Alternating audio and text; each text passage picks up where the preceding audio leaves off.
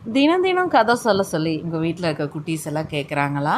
அப்போது அறிவுபூர்வமாகவும் சிந்திக்கிறதுக்கு ஏற்ற மாதிரியான கதைகள் உங்களுக்கு தேவைப்படுதா? மறக்காமல் துரையம்மா சேனலை சப்ஸ்கிரைப் பண்ணுங்கள். இன்றைக்கி நான் உங்களுக்காக கொண்டு வந்திருக்க கதை முதலைக்கும் குரங்குக்கும் ஆன நட்பும் நட்பு போய் முடிஞ்ச விதத்தையும் பார்க்கலாம். ஒரு மிகப்பெரிய நதிக்கரை இருக்குது. அந்த கரையில் எத்தனையோ மரங்கள் இருந்தாலும் மனமும் சுவையும் மிகுந்த ஒரு மாம்பழ மரம் ஒன்று தான் இருக்குது. அந்த மரத்தில் ஒரே ஒரு குரங்கு வசிச்சுட்டு வருது. அந்த குரங்கு தனியாக இருந்தாலும் சுட்டியாகவும் சுறுசுறுப்பாகவும் இருக்கிற குரங்கு. அந்த குரங்கு தினமும் அந்த மாம்பழத்தை பறித்து சுவைச்சு சாப்பிடும். அதுக்கிட்ட கேட்குற எல்லா விலங்குகளுக்கும் அது பறித்து போடும். அப்படித்தான் அந்த நதிக்கரையில் முதலை ஒன்று இருந்துச்சு. அந்த முதலையும் குரங்கிட்ட, நண்பா எனக்கும் தான் ஒரு மாம்பழம் கூட, எல்லாரும் சொல்கிறாங்க இது சுவையாக இருக்குன்னு, நானும் சாப்பிட்டு பார்க்குறேன்னு கேட்டுச்சு. இதில் என்ன இருக்குது இந்தா அப்படின்னு சொல்லி பறித்து 2-3 மாம்பழங்களே போடுது. சாப்பிட்டு பார்த்த முதலைக்கு அதோட சுவை ரொம்ப பிடிச்சிருச்சு. தினம் அந்த வழியாக வரப்பெல்லாம் நம்ம குரங்கை பார்த்து எனக்கு ஒரு மாம்பழம் கிடைக்குமான்னு கேட்டு சுவைச்சு சாப்பிட ஆரம்பிச்சு. இப்படி குரங்கும் முதலையும் நல்ல நண்பர்களாகவே ஆகிட்டாங்க. ஒரு நாள் குரங்கு நிறைய மாம்பழங்கள் பழுத்திருக்கு, இந்தான்னு சொல்லி நிறையா பறித்து போட்டுருச்சு. இத்தனையும் நான் மட்டும் சாப்பிட முடியாது, நான் என் வீட்டுக்கு எடுத்துகிட்டு போய் என் மனைவிக்கும் கொடுக்கட்டுமான்னு கேட்குது. தாராளமாக எடுத்துகிட்டு போ, ஆனால் எப்படி எடுத்துகிட்டு போவேன்னு கேட்கும்போது அதெல்லாம் நான் வாயிலேயே வச்சு எடுத்துகிட்டு போயிடுவேன்னு சொல்லி முதலையும் அதோட வீட்டுக்கு எடுத்துகிட்டு போய் மனைவிட்ட கொடுக்குது. மனைவி அந்த மாம்பழத்தை சாப்பிட்டுட்டு, அடாடாடாடா இது மாதிரி சுவையான மாம்பழத்தை நான் சாப்பிட்டதே இல்லைன்னு சொல்லி ரசித்து சாப்பிடுது. அப்போ உனக்கு தினமும் நான் கொண்டு வரட்டுமா இது மாதிரி ருசியான மாம்பழம்னு இந்த முதல்ல கேட்குது. இல்லை அந்த குரங்கோட இதயம் கிடைக்குமா, குரங்கோட இதயம் ரொம்ப ருசியாக இருக்கும் சமைச்சு சாப்பிட்டான்னு நான் கேள்விப்பட்டிருக்கேன்னு சொல்லுது. உடனே இது என்ன சொல்கிற, அவன் என் நண்பன், அவன் எப்படி நான் அவனோட இதயத்தை சாப்பிட முடியும், நீ மாம்பழம் என்ன சொல்லு, நான் தினமும் கொண்டாந்து கொடுக்குறேன், அதுவும் என் நண்பன் பொறிச்சு கொடுப்பான்னு சொல்லுது.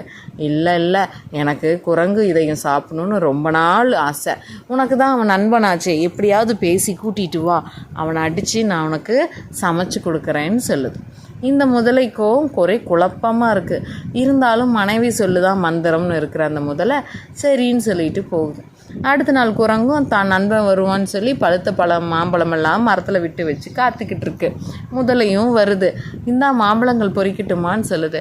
இல்லை, இன்னைக்கு இவ்வளோ சுவையான மாம்பழம் கொடுத்த உனக்கு விருந்து வைக்கணும்னு என் மனைவி சொல்லியிருக்கா, நீ இன்னைக்கு என் வீட்டுக்கு வா, உனக்கு சுவையான விருந்து காத்துக்கிட்டு இருக்குன்னு சொல்லுது. குரங்க வந்துட்டு, அடடா நண்பா, என்னால் ஆத்தங்கரையை தாண்டி எப்படி வர முடியும், அதனால தான் நானே இந்த மரமே கதின்னு இருக்கனே அப்படின்னு சொல்லி ஃபீல் பண்ணுது. உடனே முதல்ல சொல்லுது, அதெல்லாம் நீ ஒன்றும் கவலைப்படாத, என் முதுகில் நீ ஏறி உட்காரு, நான் உன்னைய தண்ணியில் விடாமல் பத்திரமா கூட்டிகிட்டு போயிடுறேன்னு சொல்லுது. குரங்குக்கு ரொம்ப குஷியாயிடுச்சு, இதோ வரேன்னு சொல்லி அதனால் ஆன அளவுக்கு பொறிக்க முடியும் மாம்பழங்கள்லாம் பொறிச்சு கையில் வச்சுக்கிட்டு முதலையோட முதுகில் உட்காந்துட்டு சந்தோஷமாக சவாரி செய்து நமக்குன்னு விருந்து வைக்க ஒரு நண்பன் கிடச்சிட்டான் அப்படின்னு சொல்லிட்டேன். பாதி ஆத்தங்கரை நடுவில் போனதும் இன்னைக்கு குரங்குனால் எங்கேயும் போக முடியாதுன்னு தெரிஞ்சுக்கிட்டேன். முதல்ல நண்பா, உன்னோட இதயம் ரொம்ப ருசியாக இருக்குமா, அது என் மனைவி ஆசைப்பட்டு கேட்டுட்டா, அதுதான் உன்னை கூட்டிகிட்டு போகிறேன் அப்படின்னு சொல்லுதான். இதை கேட்ட குரங்குக்கு ரொம்ப அதிர்ச்சி ஆயிடுச்சு. என்னடா இப்படி வந்து மாட்டிட்டோமேன்னு உடனே ஏதாவது சமாளிக்கணும்னு யோசிச்சான். அந்த புத்திசாலியான குரங்கு என்ன சொல்லிச்சான், அடடா நண்பா, இப்போ சொல்கிறியேப்பா, முதலையே சொல்லியிருக்கலாம்ல, மாம்பழமெல்லாம் பறிக்கும்போது என் இதயம் கொஞ்சம் அழுக்காயிடுச்சுன்னு நான் அதை கழுவியெல்லாம் மரத்தில் தொங்க விட்டுருக்கேன் காயட்டுன்னு, இப்போ வந்து இப்படி சொல்கிறியேப்பா அப்படின்னு சொல்லுது.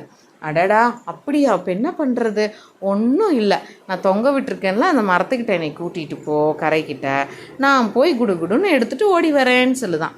முதலையும் அதை நம்பிட்டு குரங்கு மீண்டும் கரைக்கு கொண்டு வருதான். உடனே குரங்கு மரத்தில் பாஞ்சு ஏறி, முட்டாள் முதலை, இதயம் உடம்போடு தான் இருக்கும், நீ என்னை ஏமாற்ற நினச்சில, நான் உன்னை ஏமாத்திட்டேன்னு சொல்லி சிரிச்சுதான். இதில் நம்ம என்ன தெரிஞ்சுக்கிறோம், புத்திசாலித்தனமும் வேகமான சிந்தனை இருந்தால் எவ்வளோ பெரிய ஆபத்தாக இருந்தாலும் நம்ம அந்த ஆபத்திலிருந்து தப்பிச்சுக்கலாம். யாரோடவும் எப்பொழுதும் நம்ம கவனமாக பழகணும். புத்திசாலித்தனம் மட்டும் இருந்தால் பத்தாது, வேகமாக சிந்திக்கக்கூடிய திறனும் நமக்கு வேணும்.